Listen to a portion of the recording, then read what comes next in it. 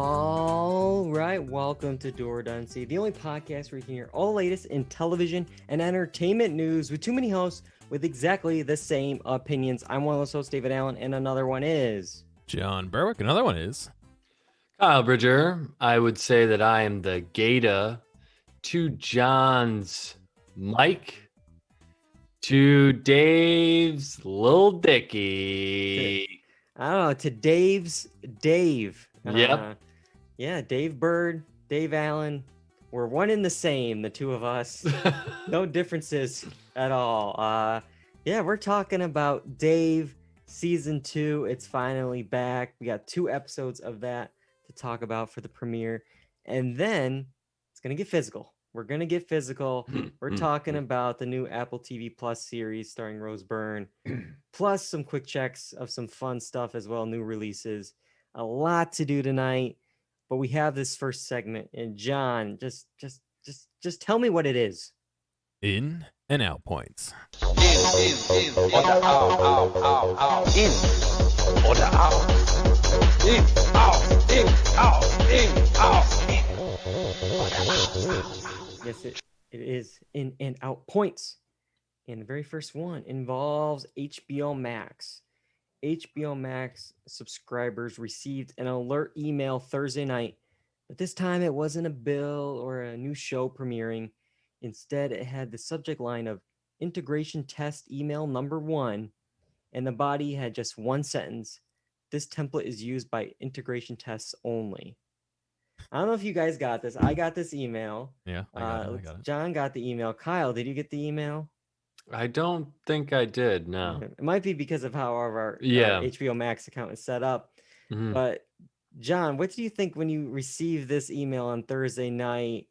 So I had seen this about the online. test? Yeah, I had seen this online well before I saw it in my inbox. But what's interesting is it's it's something about not replying. You know, it's typical. Do not reply at HBO or whatever. And I replied saying, "Oh, it sounds good," just as like just whatever. And I got an email back saying, this was an email that went out by mistake. We're sorry. If you have any questions, contact customer service. So somebody took the time to reply to the email and tell me, hey, it was a mistake, even though it was clearly just me saying like, all right, cool. Yeah.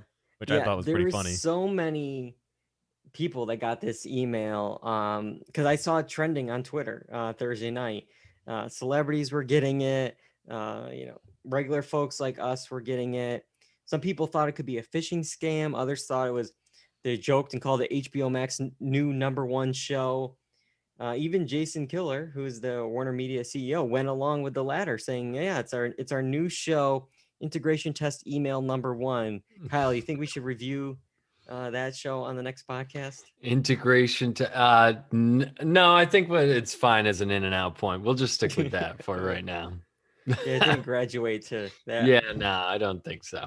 But yeah, others thought it could be a Westworld tease. I mean, people were going down the rabbit hole of this mistake. Yeah, I know. But this is what I love is that, you could do some kind of like vague, like something so vague like this, and people will go spin around in circles trying to figure out what it is, thinking it's going to be the next big thing. It's just funny to me. Yeah, they'll is it an anagram? Should we move the letters around? Oh, wait, what time was it sent? Are those numbers a biblical verse that we have to look up? Yeah. They're going to go down and down and down. And director James Gunn hoped it was a clever viral marketing plan for his project Peacemaker. No, it wasn't that. There was other funny tweets people joked about. TV creator Mike Royce tweeted, Netflix, Amazon, Hulu, Disney Plus, Peacock, Paramount Plus, they're all having the same called all hands meeting right now. What is our integration test email? All the different streaming services. What is our integration test email number 1? We got to figure this out. HBO Max is killing us in that department. But yeah, do you see who they blamed, John? Do you see who they blamed for this? I did. They blamed a poor lowly intern who may or may not have anything to have done with it. I don't buy it, but this is HBO Max's help, the HBO Max help Twitter account. This is what they said. They said, quote, "We mistakenly sent out an empty test email to a portion of our HBO Max mailing list this evening. We apologize for the inconvenience, and as the jokes pile in, yes, it was the intern. No, really, and we're helping them through it. The convenient intern, huh? But I There's will no say, way. I don't think it's an intern. I really don't think an intern did this. you don't think so? I don't think so, because think about this. Would an intern have this kind of information? To just of a press of a button. This is like when they did that Hawaii missile alert.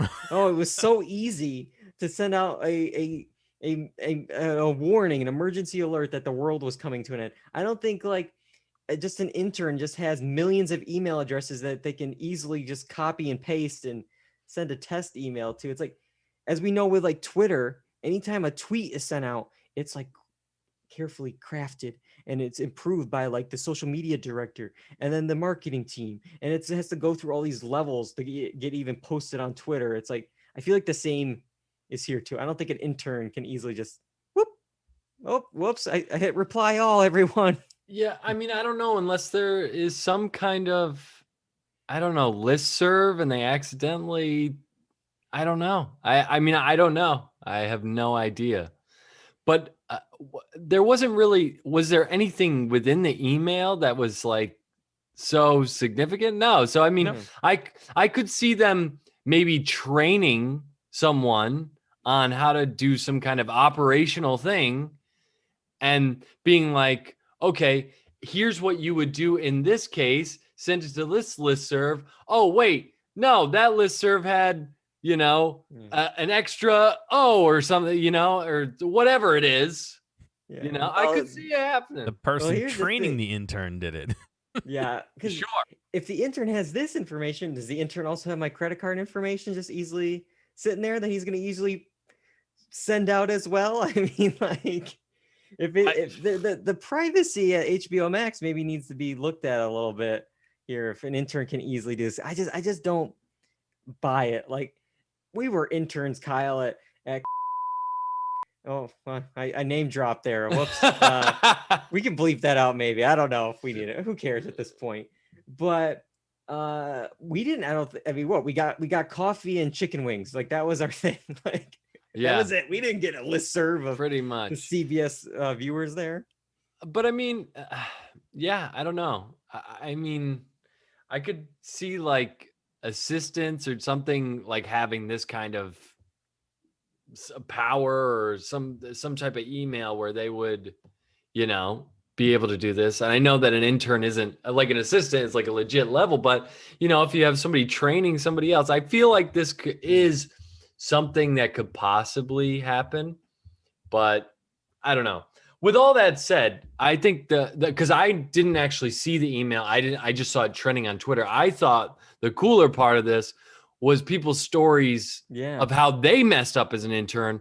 And so seeing the responses, it's like I could see this happening because like I saw somebody was like, I sent an email where I ranked all of the people in the office about how they're like Muppets characters. What? And she meant to send it to her friend and she sent it to the whole company-wide thing. Why would you send that on your work email? I have Why no would you do that at idea. work? Yeah. I have no Do idea. that on paper copy, man. You can't have that going out. Yeah. It's like the Facebook hot or not thing, you know. But yeah, the dear intern Twitter trend was all over Thursday night and on Friday. People sharing their stories, sending all their horrible mistakes as an intern. That was pretty cool to kind of have that kind of like momentum for this, which I think fictional intern at HBO Max. But Did you have, okay, so let me ask you this. What's your worst intern experience? I don't know. I don't know if they're ready for the podcast. I don't know. That might be a whole separate special episode. You know most of them. We did an internship together. I know, but I mean, you've had other left the gate internships. open. I mean, I can't just I'll you give know, you, we'll keep I'll it give closed. you my 30-second one. Yeah. I was working in a recording studio, and we were recording sessions all day. And in the morning, we recorded a song. And at the end of the day, we went to do a recap, and the song was not there. Whoops. And I know that I saved it. I double checked everything, And I was like, I left the room. I was like, all right, this is my last day, whatever, blah blah blah. And I'm out in the recording space. It turns out, in between me prepping the session and starting the session, somebody came in and opened a different session to preview what we had done the previous day. So Oh, the song was recorded in a different song, and we eventually found it. And that was nerve wracking, man. I was But not did they? I was not like while we were looking for it, I was upset. But like once we found it, it was one of those like I was crying because I was so happy. You know what I mean? yeah. Like Yeah. it was crazy. Yeah, that was I think that's the worst thing that ever happened to me as far as Did like losing work and stuff like that.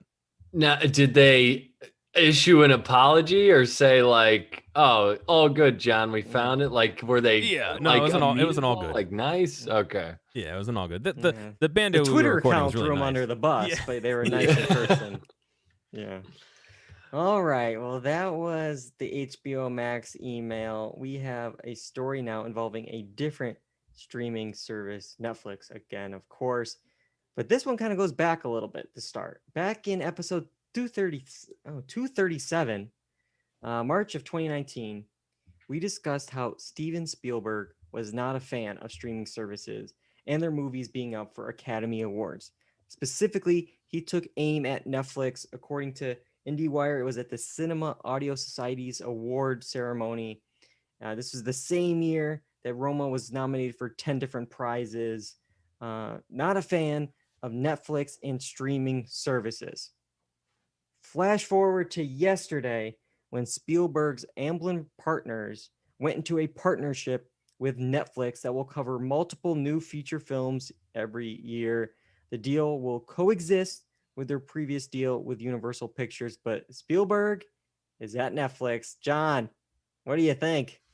what a grumpy old man to be harping on Netflix and all this stuff, and then as soon as a couple dollars are on the table, 180. He's there. Yep, let's go make some stuff for Netflix. Like I don't know that.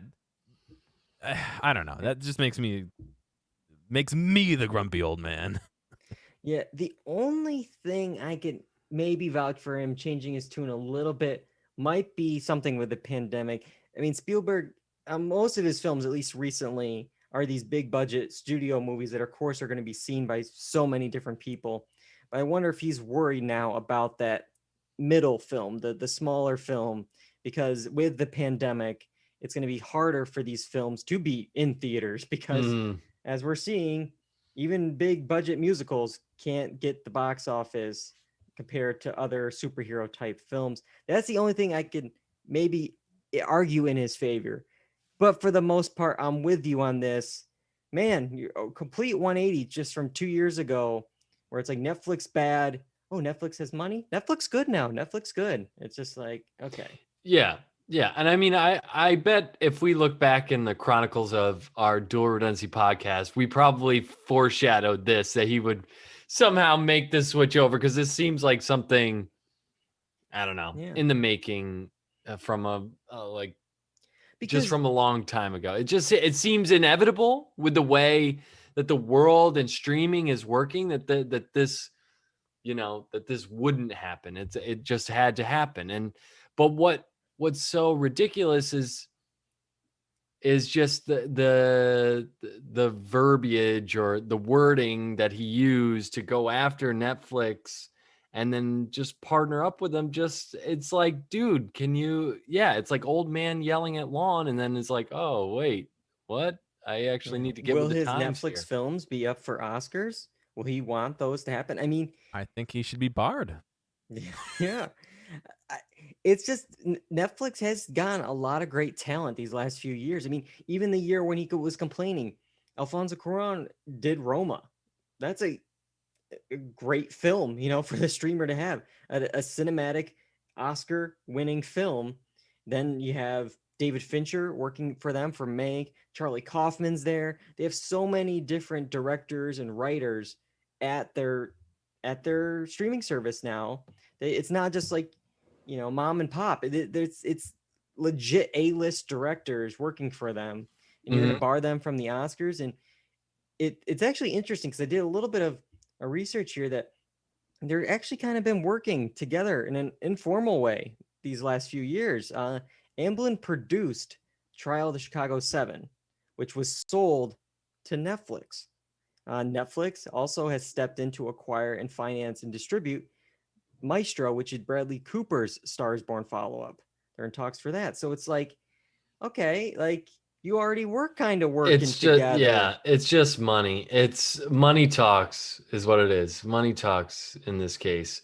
But I don't think they would ever do this because I don't see Hollywood journalists doing this.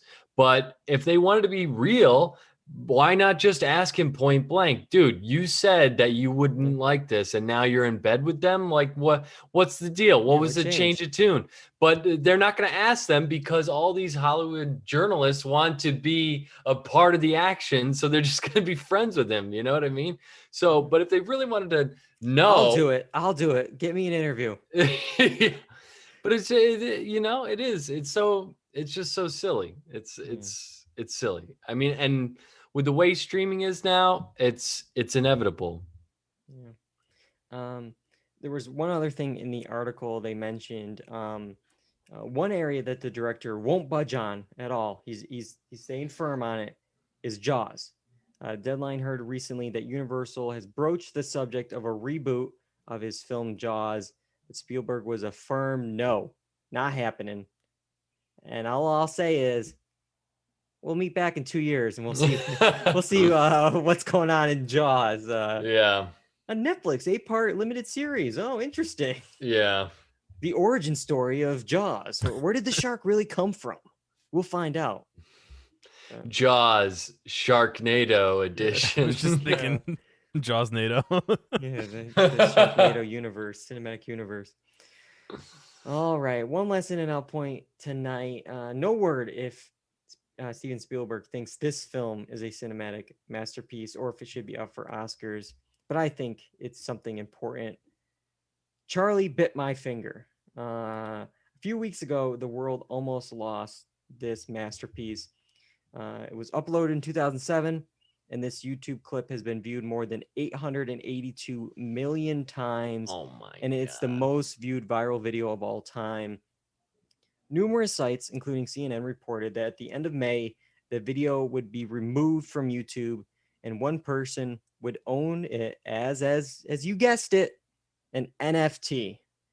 The winner of an auction will own a piece of internet history and will get the, quote, opportunity to create their own parody of the video featuring the original stars, who are now 17 to 15 years old. What? Yeah, so they're now doing like remakes and parodies of.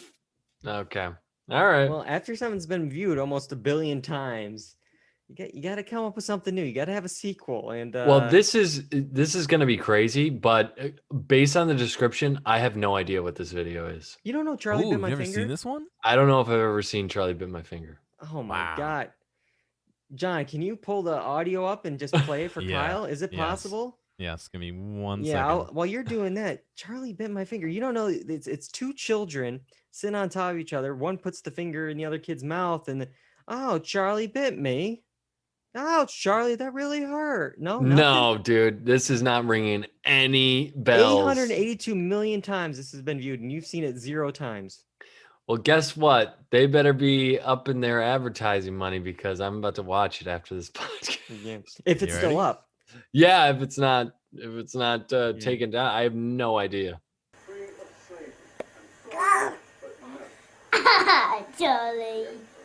Charlie bit me.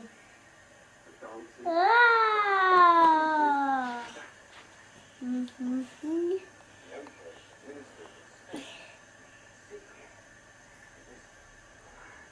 Ah.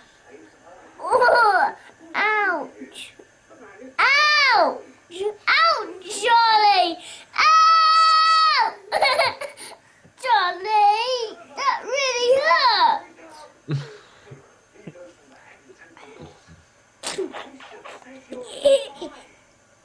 And then Charlie is laughing hysterically over Charlie biting. bit me.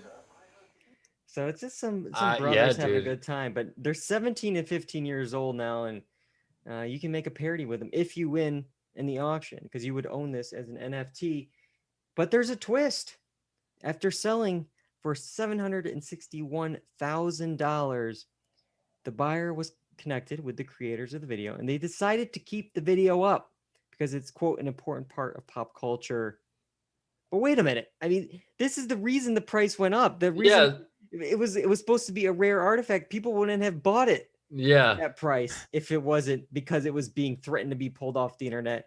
Was this a bait and switch, John? Did they get us? If the guy who ultimately paid all that money wanted to keep it on, I mean, if it's his video at that point and he Yeah. wants to leave it up, then I don't think it's a bait and switch, because if somebody else had won, they could have taken it down.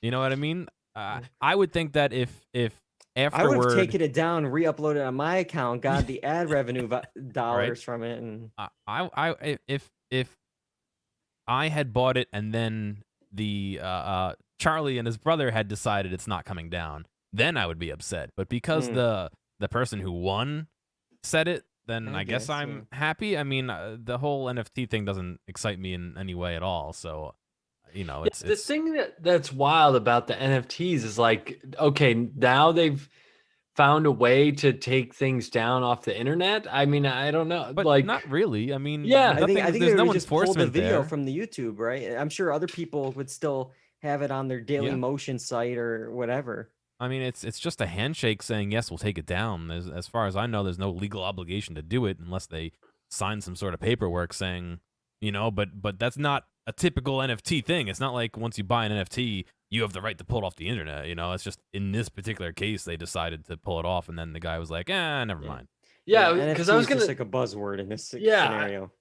I was just gonna say, well, this is totally going off topic, but just because but like NFTs of porn, how are they not a thing? Like, I feel like that would be like the thing, right? The ultimate pay-per-view. Yeah. Well, like that'll be probably next week's In and Out point. So thanks for putting that out into the world. New York City man Kyle Bridger, first man to buy. Yeah. No, this should stay on the internet because it's an important piece of pop culture. Masterpiece. Okay, but this is interesting because it's not the only early meme to be sold this year. The same buyer that bought Charlie Bit My Finger also bought one of Zoe Roth, aka Disaster Girl. Please tell me you guys know this meme. It's the one of the little girl standing in front of a burning house. Oh yeah. Okay. I was like, Kyle, come on, man. Yeah. It was sold for $500,000. In both scenarios, it's actually kind of cool. The money was used to pay the student loans of the people in the meme. So for Charlie Bit My Finger, it's helping them with their student loans.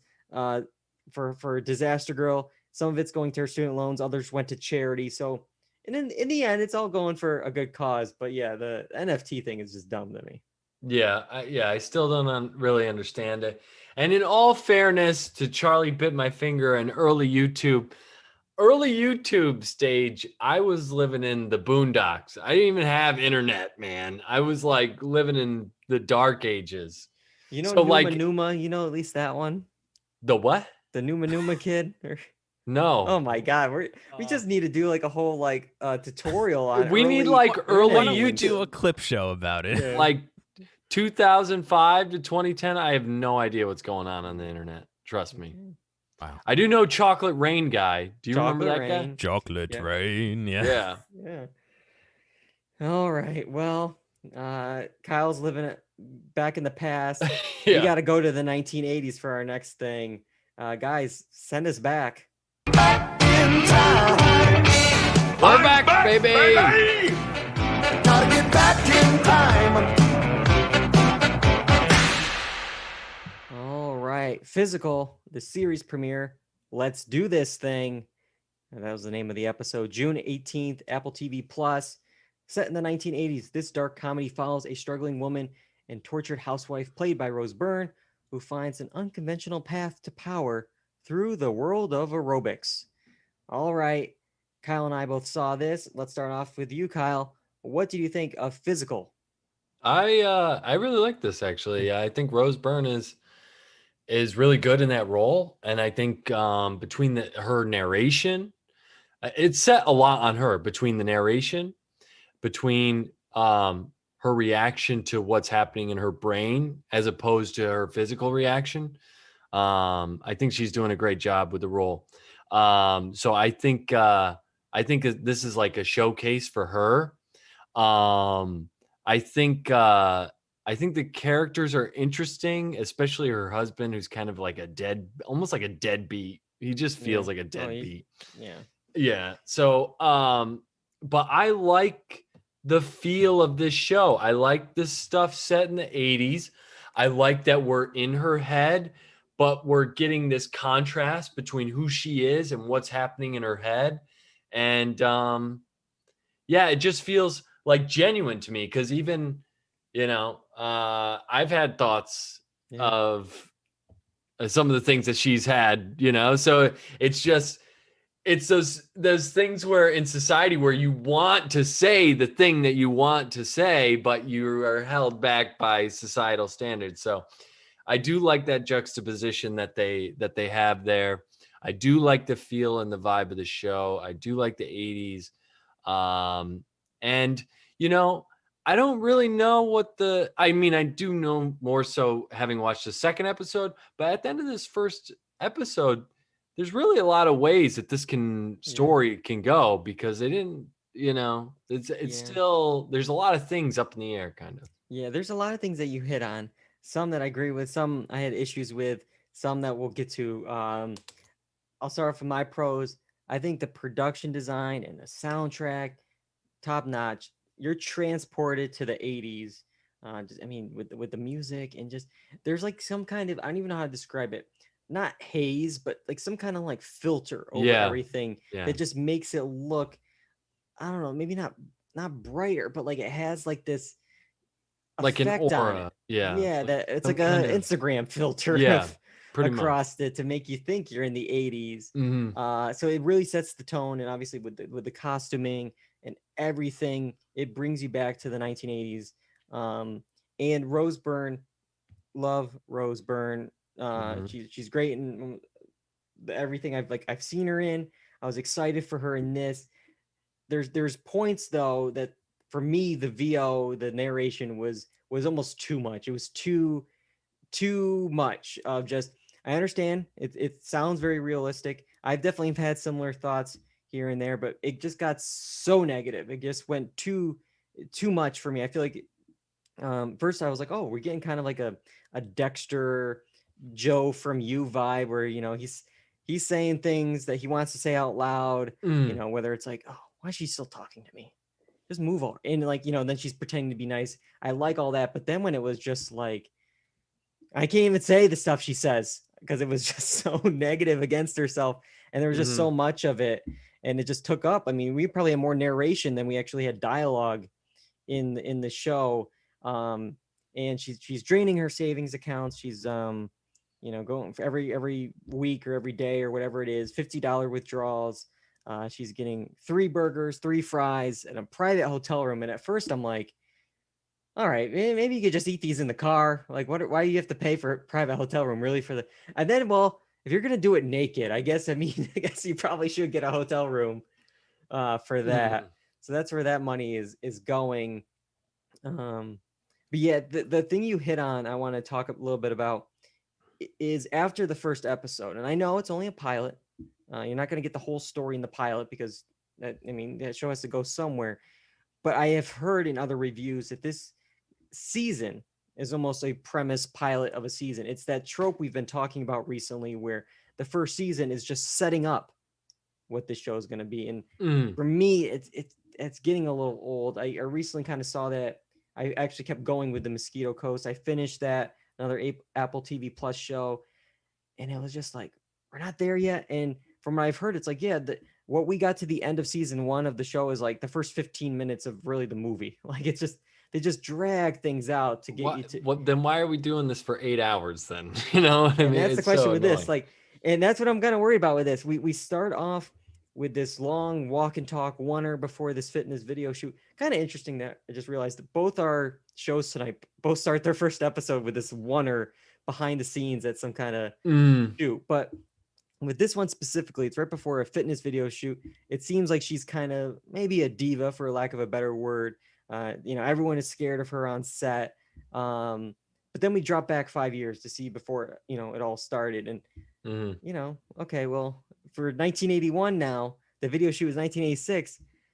Don't think we're going to make it to 1986 by the end of the season. So it's like, how long are we going to get before we get to kind of the poster of the show? The key art for the show. Like, how long is it going to take for us to get there? That's what I'm kind of wondering. Yeah, I totally agree with you on that part, because at the end of the first episode, you could ask yourself, like, what is this about? What is the through line? How is she even getting to the end? We know the end goal is in mind. We saw it, but it just feels like a far removed from the start. And I guess you have to be interested in the characters and the storylines to get to there. But if it doesn't feel like the path is set toward that goal, why keep watching? I will say at the end of the second episode, they give like a brief glimpse back into that 1986. The breadcrumbs. Yeah, and that it is breadcrumbing, that cliffhanger thing. So I'm there with you on that, because I do find that annoying too. It's like, where are we going? I think I relate to the character a little bit, and I do like that narration, and I do like the characters, so I would be willing to stick around just to see where it goes. But I do agree on that. I might wait a little bit on this, because I'm worried that, to compare it to the Mosquito Coast again, I went in going like, okay, Justin Theroux, you're my man. Love you. Seems promising. Where's the show going? Good first episode. And then it's like, that wasn't enough. By the end, I'm like, I hate all these people. I hate them all. And it was just, I can't, no more of these. They're making dumb decisions. What are we doing? And I feel like we're going to get somewhere with this too. Because right now, I love Rose Byrne, the actress, but like everyone else, like the loser deadbeat of a husband that kind of seems a little swarmy. Like, it's like, okay, who else is in the show? Like, what are there? Is there enough there for me to make it through? I will say it's nice that at least the first episode's shorter. So, it's not like a full hour like some of these other dramas. It's kind of half hour, which is nice. But I do have a quick nitpick I'll mention, because we're talking a little bit about the husband. Is it just me, or is it a little strange that a student knew about the professor being fired before the professor or the rest of his family did? Yeah, that is weird. Especially a student like her, because she didn't seem like to be. The only thing I can think of is maybe they overheard something in the office, or like his friend, because clearly she's about to have like a threesome with them, so she knows is in somewhere, and is not mind getting friendly with colleagues and superiors. So I don't know. Let's see. Dark in the chat. Me and the missus started watching it, but I honestly can't tell you anything about it because I spent the majority of the time on my phone. It could not grab my attention. Well, and then John, not a great endorsement. It was. I don't know. Yeah, for me, it wasn't that. I was definitely invested watching where the show was going. I just had issues with, as I said, like the narration, and I'm just hesitant now with these shows, and like with Apple TV Plus, from what I've seen so far, they like to stretch things out, and I don't know if I'm ready, for the long ride, unless I know the ride's gonna be worth it, and there's gonna be an ending, Yeah, I could say that. We might not be the demographic. I feel like I relate to Rose Byrne a little bit, because I feel that way sometimes when I'm like eating food or eating the bad thing. It's like, you fat ass, like you're eating this again, like you're gonna do this, and 3 so burgers like again tonight, Kyle. Yeah, that's Put your right. clothes on. Let's go. So, but I will say, as like maybe as a whole, we might not be the demographic for this, because more women tend to battle with things like anorexia and bulimia and these eating disorders. So, if you're some guy that's just like Yeah, I don't really care. Like the relatability to these demons that she's battling might not appeal to you. Yeah. So yeah, I think I'm gonna wait just for a little bit, see if I hear good things. Maybe I'll hear good things from Kyle if he keeps up with it. So I'm so. Sounds like Kyle's gonna keep going. Yeah, I'll probably keep watching. I like 30 minutes and it's Yeah. I feel like it's pretty solid, even production design Yeah, your wise. So production, design, music, everything is there. yeah. Dark's endorsement has not made me want to go out and get Apple Plus. So Yeah. Well, yeah, That's fair. you do have to get it. My free trial's ending after 16, 18 months, so I got to see if I'm gonna renew or not. We'll see. They're really highlighting all the originals too in every episode. At the beginning of every episode, they're like, kinda "Look how give you- many we have. You want to stay, don't you?" They timed it pretty good because they're like a lot of them are gonna end in July. Yep. And then Ted Lasso comes back at the end of July. They Yep. figured out what to do. Yep. All right. Exactly. All right. One more show to talk about tonight, and it's Dave. We're talking about the season 2 premiere, and there's actually 2 episodes that aired back to back: International Gander and Antsy. These both dropped on June 16th.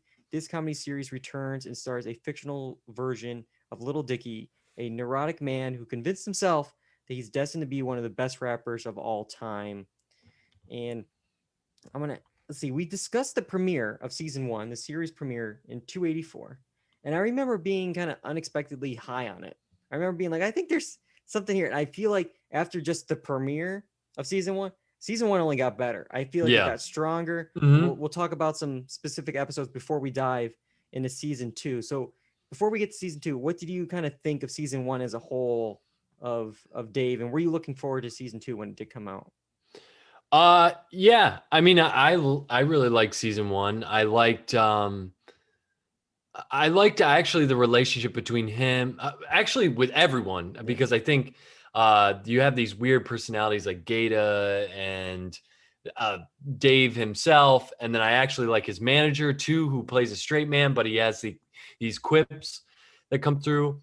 And I thought what was most compelling about the entire first season was the relationship between him and his girlfriend, or fiance, whatever. I don't remember what they were, but I felt like that was the main kind of source. And then he was just his crazy self as he is, and just these wild storylines, which I don't know, but I remember binging this because I kind of left them, and you were like, oh, I think you'll like this, and I immediately picked it up and I binged it because it was good. It was really, really good. Yeah, because at first I'm like, oh, it's gonna be a bunch of dick jokes, or I guess, or Little Dicky jokes, I guess. Yeah. But it's actually pretty insightful. It's like it deals with privilege, it deals with mental illness. There was that special episode of Gata that I think dealt with his bipolar disorder. And then the finale. I mean, I actually rewatched the finale before I watched the season 2 premiere, and there's the 13-minute like prison rap. And it's like this music video intro. Yeah. Because he's like, I want to start this as my first single, and the album's like, no, we're not doing that. We can't do that. And he's like, oh, I'm gonna leak it on the Breakfast Club. And then we get this interview that deals with race and his hubris and all this stuff. And it's just like, what a way to end season 1. So I was really excited for season 2 and the premiere of that. And we got that here. And I feel like the premiere really kind of shows what the show is, because I feel like it walks a fine line, because they're dealing with this music video shoot of a K-pop song. They're in Korea, and it's like, oh, we got this white rapper trying to do this song in this world. But they manage, I think, to walk the line. I feel like they're on it, and it really kind of showcases, like as we mentioned, his privilege and kind of his hubris of like, whoa, I mean, step aside a little bit here, see what you're saying and doing. But I think the show does a really good job commenting on that, at the same time being really funny. Yeah, I think so too. I hope they're purposely making Dave, like, for lack of a better word, I'll just say as a whole, I'm going to keep going with season 2, but I found him much, much more annoying in these first 2 episodes and obnoxious than I did in the previous season. And I don't know if it's because of this entitlement that he thinks that he can just like, do whatever he wants. But then what was so frustrating was that he was saying like these blatant things that were about his entitlement, and then when backlash came, he's like, "Wait, whoa, everything bad is happening to me." It's like, dude, yeah, you're Yeah. cause of your own problems, and Yeah. now you're gonna pout about it. You know what I mean? Yeah. Like he makes like the I don't remember if this is in the first or second episode, but there's a scene where he's in a pool with like models. I One's think it was Kendall Jenner, one's Haley Jenner, Baldwin, yeah. right? Or Haley Bieber. And they're like, he's making jokes about his dick. And then he's like, feels bad at the end because he's making jokes about his dick. And it's like, dude, your whole career is that. Yeah. Like, this is a What's your monster. name, man? Yeah, this is your monster of your own making. I can't feel bad for you when this is how you became who you are, and now you're upset about it. I don't understand. Yeah, because it's interesting because the show makes a point to say like at the end of season 1, and it kind of ends with like, oh, what's your name, and it just cuts to a title card of Dave, and it's just like this whole thing of it, Little Dicky Dave, a fictionalized version of Little Dicky in the show. It's like very like lines are blurred, I think, on this. And I will say, I think I remember talking about the premiere of season 1 being like, yeah, Dave kind of is a bit of a dick. Like, he's obnoxious. And I think it's, you kind of like grow with him with the season. And I think by middle of season 2, we'll feel again. I feel like it just takes a little bit of time to get used to his hubris, and because it ends like the Breakfast Club thing and with the album and stuff, and it's like, oh, like, because I think that's the moment for me where it kind of switched, because for the whole season I'm like, oh, are you really even that good? Are you that good of a rapper? And then he does his freestyle at the interview, and it's like, oh yeah, you are good at this, like you know what you're doing. So I think that helped change his character in my mind of like, yeah, you are talented. Now let's see what else you got. And this first episode, I think, kind of mixed, not only laughs, but it had a little bit of stress. They're dealing with this intern who's like apprehended by the Korean authorities. Dave cares more about the backpack with his laptop in it, saying that the album is on it. But as we find out, there is no album. He's having writer's block. And then there's that whole scene in the cab when they're going to see the cops, and Gaeta happens to have marijuana on him, and that's a big no-no over there. And that just whole scene is just like, there was tension. I was like, this is night of. I don't need this kind of tension in a comedy series. But and then the second episode dealt with ants taking over his place. And at first I'm like, oh, is this going to be the Walter White's fly? Is this going to be the thing that's keeping him up at night? Yeah. And it does a little bit of that in there. But yeah, the episode actually deals more with the writer's block, his friend moving on from him, and then of course getting over Allie. And there's that whole sequence at the end I want to talk a little bit about, get your thoughts on it, because he takes home a random fan, and just someone who knows him and wants to hook up with the celebrity, especially one that's weird like Dave is. And we see kind of like two versions of events. I guess it kind of depends on how you see it. We see one version where he sends her home, and then he crashes through a window when he uses one of his toys alone in his apartment. And then after that window crash, we get the second ending, which is them making out and then going up to the bedroom. So is one true over the other? What did you think of the whole ending of this episode 2? I mean, I think probably the second one is the reality. Yeah. Because she also, I mean, makes fun of him right to his face and was like, oh, I heard you have a weird, situation downstairs. And so I think it's his own form of like self-hatred that he's like, you know what, despite this girl saying this to me, I'm gonna, do whatever. And I think, again, I think we're supposed to feel bad for him, but again, I don't really, because A, he's bringing back rando strangers who have a perception of who he is, Yeah. and he it's has to definitely wrestle with that.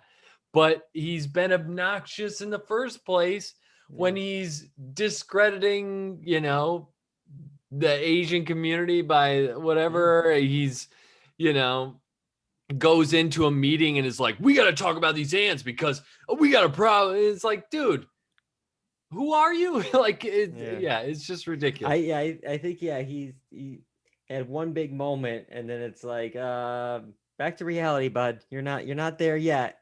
And there's definitely that issue of getting over Allie, and that's why it's like, oh, she's not there at the party. His one friend is not talking to him. It's like, okay, fine, I'll just do this and take home a random person. But tonight. again, going back to the friend, what did you think of his friend? He feels slighted by his friend, but it's like, it's I tough. don't think Dave has really a case here. Yeah, I went a little bit back and forth throughout the episode because it's like, well, our main character's having this hard time, but like at the same time, well, I saw how he treated him in season 1. He kind of took him for granted and just was using him. And now his friend is, doing well and stuff. Yeah. And it's like, no, you were my friend. I helped you first. And it's like, well, it's like. But also, again, going back to the thing when Dave first shows up and his friend's telling a story, he can't be happy for his friend. He needs to be the center of attention. Yeah. So he's his own problem again. It's like, you are causing this problem. Yeah. Dealing with some stuff. Moving on from Dave for a second, I want to talk about the MVP for me. It's Gaeta. This guy, I think he's perfect for that laugh. In this show that's becoming, dark and has all these weighty issues, he just comes in, boom. Whether in the first episode, he's like flaunting on his Instagram story about the hotel room, and then immediately when he turns it off, he's talking about how crappy it is in this small one. And then there's this part when the intern who's apprehended is dodging the mandatory 2-year military rule, and he just says like, that is some Nelson Mandela stuff. Need to make a movie on this. And it's just like, just these lines are just quick, and it's just like, wait, what is it? It's just, I really like him in the performance of Gaeta. Yeah, I like Gaeta too. What I'm kind of disappointed with, what he's been reduced to is the Andrew Santino, the Mike's character, his manager. Yeah. He used to have some lines in the first one where it was like, oh, that was a line. Like, oh, that was a good one. Now he's been like reduced to total straight man, furrowed brow, angry all the time. It's like, can we give this guy? He's the bad cop. Gaeta's the good cop. Yeah. And this guy's the bad but cop. I know he had one line though, I will say. It's dark. It's really dark. But they're talking about the album release date. And Dave suggests it should be 9/11 because that date shouldn't always be about the attack. And the manager says, well, it's the 20 years this year, so it'll be very much about the attack. And just the delivery of that line, it's just like, it's just matter of fact. It's like, duh, Dave. But yeah. It's funny though, because I was thinking about this, and Little Dickie's not for everyone. This LD is very similar, I think, to another LD, Larry David. There's like a moment where he's complaining at the bartender about, you're getting condensation all over me when you shake that. Can you not? It's like, all I could see was Larry doing that. It's just like, this is like a younger millennial version of Larry David. And even there's a point when he finds out his friend had sex with his other friend. They're finding out, and one of his first questions, was it unprotected? It's like, that is such a Larry, I think, line to just, it's none of your business, Larry. But yeah, that is a good line. And it makes a little sense because the show is actually co-created by Jeff Schaffer, who's Seinfeld and Curb Your Enthusiasm writer, producer. So there's some of that DNA. But yeah, anything else on Dave? I think we're obviously both in for the season. I think we're both gonna be watching the rest of it. Yeah, I'm gonna keep checking it out. I just hope. I don't know. I just found Dave so obnoxious these Yeah. first 2 episodes. I just hope he comes around or something. I don't know what the heck. Yeah, I'm sure he'll get a reality check at some point this season. That's for sure. Yeah. All right. Well, we're talking about one comedy musical guy. We're going to talk about another one in Kyle's. I don't know. It's like a little kind of check in. It's like a quick check. Quick check. Yes, a quick check. Kyle, what do you got for your quick check? All right. So I watched Inside over the weekend, which is Bo Burnham's new special that he filmed all during the pandemic. It seemed like it was like a passion project of his during the pandemic, or maybe not so much passion, but forced to out of necessity for his sanity, I guess. But I saw a lot of people talking about it on Twitter. I finally got around to watching it, and I just think it's really, really good. And I don't know if it's because I related to a lot of the stuff that he was like talking about, but even he discusses like everything from like social commentary on the digital space, with wanting a little bit of everything all of the time, Yeah. right? That was like a Little bit of main everything song. all the time. But also, as a white dude, because he's white, is like having these conversations. And I think the funniest sketch to me was him going, it was like this Inception type video Yeah, where it just keeps playing it over, and he's commenting on that, but it's commenting on like all of these things at once, like how the digital world works, how it's nonstop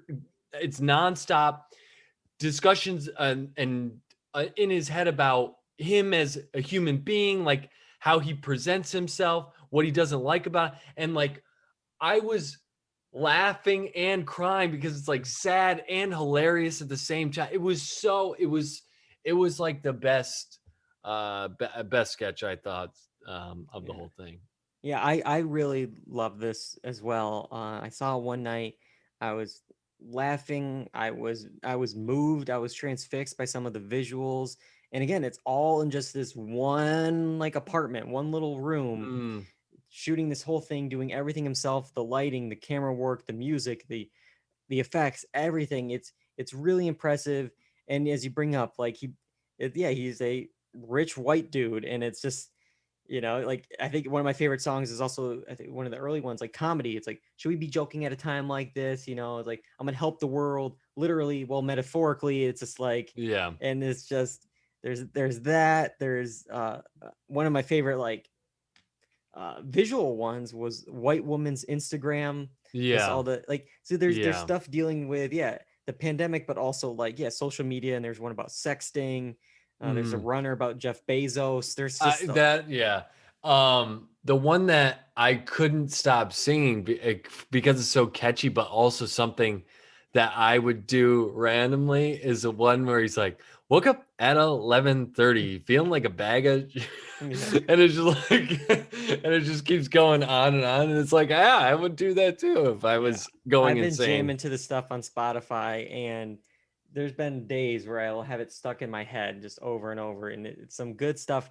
John, I would recommend it. There's the one that Kyle mentioned, the Inception type video, and there's another thing about Twitch like gaming. Twitch, yeah. Both of them, I think you would enjoy. It's been on my list. I just haven't sat down to watch it, and seeing some of his older stuff, which I have seen, I'm looking forward to it. I think it's gonna be pretty cool, and hearing that you two are into it is a good endorsement. The whole time watching it, I'm like, man, this, because I wasn't too familiar with his earlier stuff. Of course, I saw 8th Grade. I saw him in Promising Young Woman, but like, I'm watching it, I'm like, man, this guy's talented. Yeah. What did I do during a pandemic? I started a Survivor rewatch. This guy is doing this. Because I mean, we're talking about the comedy and the content that he created, but not only is he creating the comedy, he's creating the music. He has to sing it, and then you see how much work goes into the lighting, Yeah. the production that he's putting on for it. I mean, no wonder he talks about in his special of like, if I stop doing this, I don't know what I'm going to do, because it must have literally taken up a huge, huge part of his time. And I can't imagine how much he created that wasn't in it. Yeah. You know what I mean? Yeah. I'm sure a lot of it was recording when he was just setting things up. We saw a little bit of it, but I'm sure there was a lot more footage. There was a lot more trial and error. There was a lot more stuff that missed the cut. But Yeah. yeah, so definitely recommend Inside on Netflix. We have two more other quick checks we'll squeeze in. John, what is your quick check? Sure. Last week I talked about Yakuza 0, 1, 2, 3, 4, 5, 6. Today, I'm going to talk about Yakuza 7. Yes, 7. It's actually titled Yakuza Like a Dragon. This is the next part of this series. However, it is quite a bit different than the previous installments. For the big one is it's a different character, different main character. Although there are some similar characters from previous games, which are nice little Easter eggs and references and all that. Another big change is that it is no longer a brawler. It is now a turn-based combat game. In fact, the whole game is kind of a big homage to Dragon Quest, and in fact, Dragon Quest is referenced many, many, many times in the game. And I don't know. I enjoyed it. I felt the pacing was a little bit different than the previous 7 games, which was both nice and a little bit sad because, I've been playing all those and I'm so used to them. But I think the combat worked as a turn-based. They still kept the really big comedy aspect versus the big drama aspect, and how they're separated but still part of this whole game. And the story is full of twists, just like the previous games. The story does not disappoint.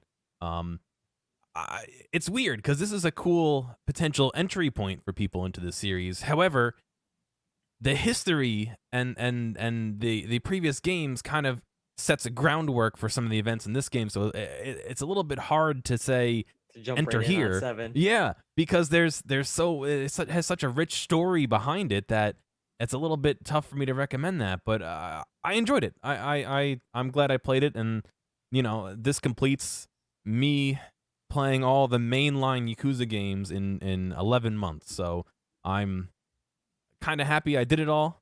And there's a couple spin-offs that I hope come to PC or that get translated.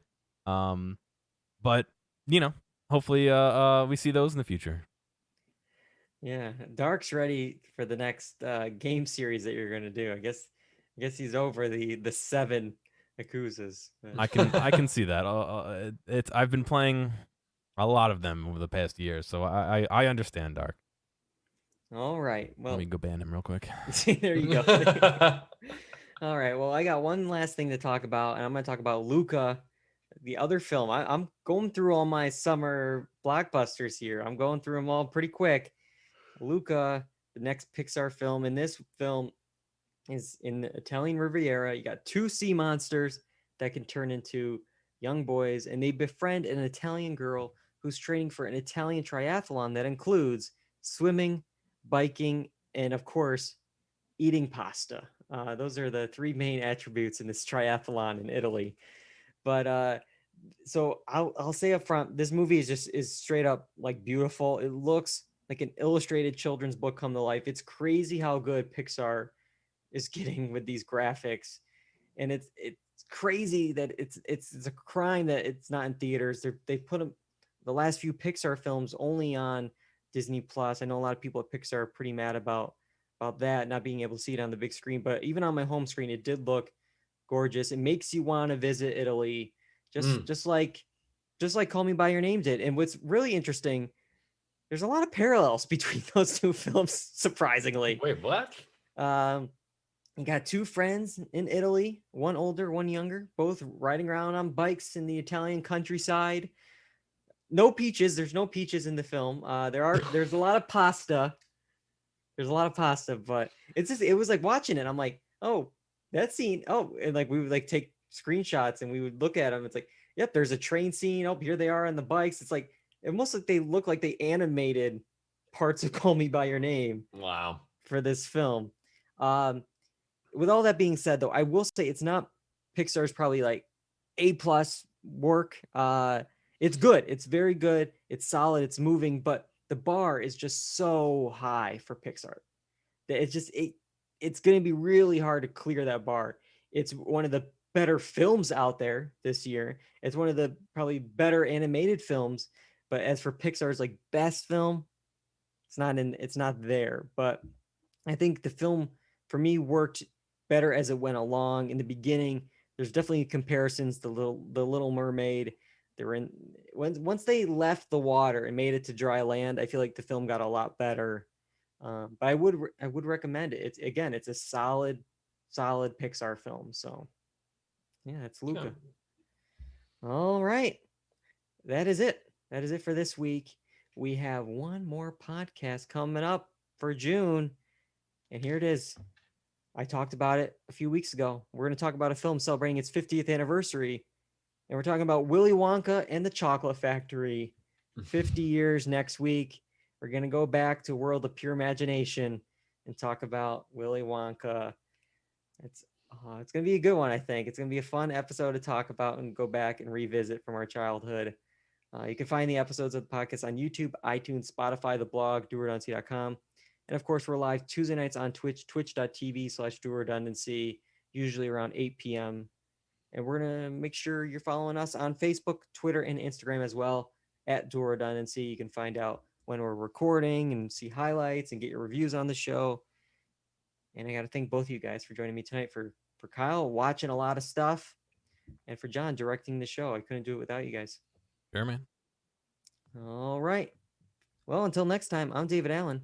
I'm John Berwick. And I'm Kyle Bridger. And that's all we got for Dual Redundancy. Goodbye, everybody.